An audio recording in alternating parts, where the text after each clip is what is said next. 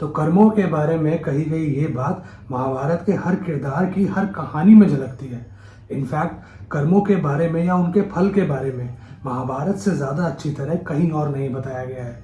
यहाँ पर हर किरदार के पिछले जन्म के या इस जन्म के कर्म किस तरह उन्हें एक युद्ध की तरफ या एक स्थिति, एक सिचुएशन की तरफ ले गए, ये सब बताया गया है।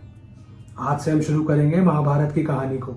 तो कहानी को शुरू करेंगे ऋषि वेदव्यास जी के द्वारा लिखे गए महाभारत के पहले श्लोक से। बहुत सदियों पुरानी बात है, चंद्रवंश के एक राजा हुआ करते थे, राजा दुष्यंत। वो एक समय शिकार के लिए एक जंगल में निकले और जंगल में वो एक ऋषि कण्व उनके आश्रम में पहुंचे और उसी आश्रम में राजा दुष्यंत को पसंद आ गई शकुंतला।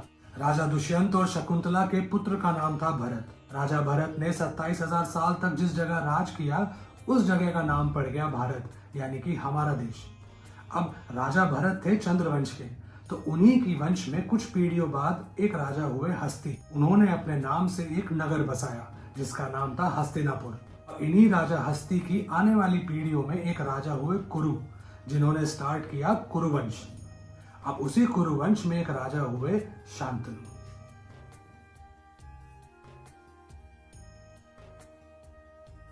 महाराज शांतनु ने भारतवर्ष की हस्तिनापुर की नगर उस पे किया राज।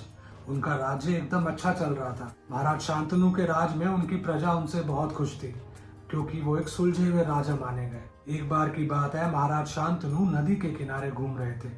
वहां उन्हें एक सुंदर कन्या दिखाई दी जिस कन्या का नाम था गंगा। महाराज शांतनु को गंगा से प्रेम हो गया और गंगा ने भी उनका प्यार एक्सेप्ट किया। और जब महाराज शांतनु ने गंगा के सामने शादी का प्रस्ताव रखा तो गंगा की थी बस एक शर्त कि आप मुझसे कोई सवाल नहीं पूछ सकते। बस समय कुछ इस तरह से बीतता गया कि महाराज शांतनु और गंगा के 7 पुत्र हुए। उन 7 बेटों को गंगा ने पैदा होते ही पानी में बहा दिया। महाराज शांतनु बस देख तो रहे थे लेकिन कोई सवाल नहीं कर पाए। लेकिन जैसे ही महाराज शांतनु के 8वां पुत्र हुआ तब उन्हें थोड़ी घबराहट हुई कि अगर इसी तरह से हर पुत्र को बहा देंगे तो उनके बाद राज्य में राज कौन करेगा। तो उन्होंने गंगा को इस बार टोक दिया कि आप ऐसा क्यों कर रही हैं। इस बार सवाल और टोके जाने पे गंगा का जाना तो तय था, ये महाराज शांतनु भी जानते थे। लेकिन इस बार उन्होंने उस 8वें पुत्र को बहाया नहीं। उन्होंने महाराज शांतनु को सुनाई कर्मों की 2 कहानी। कर्मों की इस कहानी में पहली कहानी सुनाई गई राजा महाभीष की। राजा महाभीष थे सूर्यवंश के एक प्रतापी राजा, एक चक्रवर्ती सम्राट, जिन्होंने अपने धर्म और कर्म से खुद को स्वर्ग के लायक बना लिया था। स्वर्ग की उस सभा में जहाँ सभी देवी देवता बैठे हुए थे, राजा महाभीष अपने धर्मों के साथ वहां पर बैठे थे। तो जब उस सभा में गंगा देवी भी आईं तो एक हवा के चलने से उनके शरीर से थोड़ा सा कपड़ा हट गया। बाकी सभी देवी देवताओं ने अपनी नजरें नीची कर ली, लेकिन राजा महाभीष की नजर गंगा पे पड़ गई और गंगा की राजा महाभीष पे। अब किसी पराई स्त्री या किसी देवी पे इस तरह से नजर डालना ये ब्रह्मा जी को बिल्कुल भी ठीक नहीं लगा। उन्होंने दे डाला श्राप दोनों को। राजा महाभीष को श्राप दिया कि उनके इस कर्म की वजह से धरती पर उनका दोबारा जन्म होगा और वो दुख भोगेंगे। और गंगा को श्राप दिया कि तुम भी धरती पर दोबारा जन्म लोगी इंसान बनके और महाभीष का दिल तोड़ोगी।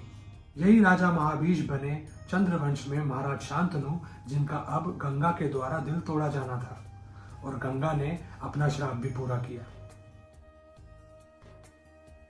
बहुत समय पहले की बात है कि ऋषि वशिष्ठ के आश्रम में कामधेनु गाय बंधी हुई थी। 8 वसु जब वहां से गुजर रहे थे उन्हें कामधेनु को चुराने का मन हुआ। उन्होंने उस गाय को चुरा भी लिया। ऋषि वशिष्ठ को जब ये पता लगा तो उन्होंने 8 वसुओं को एक श्राप दे डाला कि आप 8 के 8 धरती पर इंसान के रूप में जन्म लोगे, वहां पर मृत्यु लोक में अपना दुख भोगोगे। 8 वसुओं को जब अपनी गलती का एहसास हुआ उन्होंने ऋषि वशिष्ठ से माफी मांगी। ऋषि वशिष्ठ ने उनकी माफी को सुनते हुए 7 को तो माफ किया, ये कह के कि आप लोग धरती पे जन्म तो लोगे लेकिन तुरंत ही वापस स्वर्गलोक में आ जाओगे। लेकिन उनमें से एक वसु जिसके मन में चोरी का ख्याल आया था, उसे धरती पर एक लंबा जीवन बिताना पड़ेगा, वो भी दुख से भरा। 8 वसुओं ने ये सुनने के बाद माँ गंगा की प्रार्थना की और माँ गंगा ने बोला कि मैं धरती पर जन्म लेने ही वाली हूँ अपने श्राप की वजह से, तो तुम 8 के 8 मेरे पुत्र बन के ही पैदा होगे। ये दोनों ही कहानी सुनने के बाद महाराज शांतनु अपने कर्मों का फल भी जान गए और उन्होंने गंगा से विदा ली। महाराज शांतनु ने शिकार करना तो छोड़ दिया था, राज्य में सब खुश थे। हाँ, उनके पास राज्य चलाने वाला कोई नहीं था। एक बार जब वो फिर से गंगा के तट पे घूम रहे थे तो उन्होंने देखा एक बच्चे ने गंगा को रोक दिया है, गंगा के बहाव को एकदम रोक दिया है। और उन्होंने पुकार लगाई गंगा देवी के लिए। जब गंगा वहां पर आई, उन्होंने महाराज शांतनु को मिलवाया उस लड़के से। ये लड़का था महाराज शांतनु और गंगा का वो 8वां पुत्र, जिसका नाम था देवव्रत।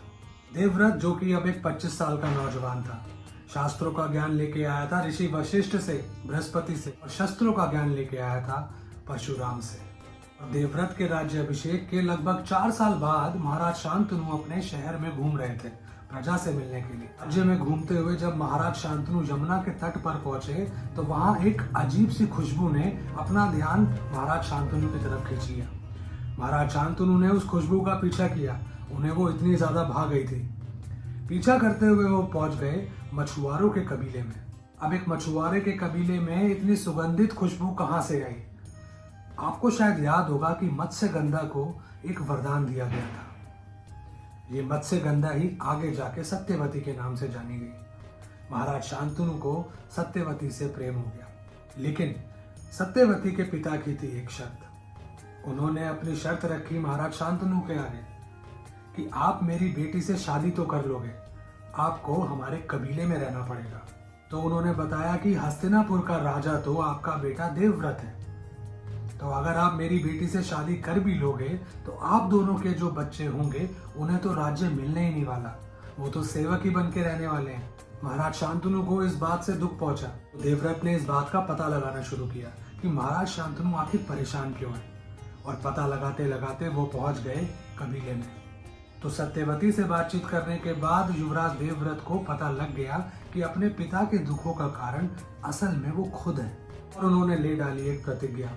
उनका प्रॉमिस था कि मैं कभी शादी नहीं करूंगा, अपना परिवार खुद का कभी नहीं बसाऊंगा। इस राज्य का जिसका मैं युवराज हूँ, उसकी युवराज की कुर्सी से मैं अभी हटता हूँ और हमेशा इस गद्दी का सेवक बन के रहूंगा। जब महाराज शांतनु को देवव्रत के द्वारा ली गई इस प्रतिज्ञा के बारे में पता चला, उन्होंने दिए देवव्रत को 2 वरदान। पहला था कि आज के बाद उन्हें जाना जाएगा भीष्म के नाम से, क्योंकि उन्होंने एक भीषण प्रतिज्ञा ली है अपने पिता को प्रेम दिखाते हुए। और दूसरा दिया भीष्म को इच्छा मृत्यु का वरदान।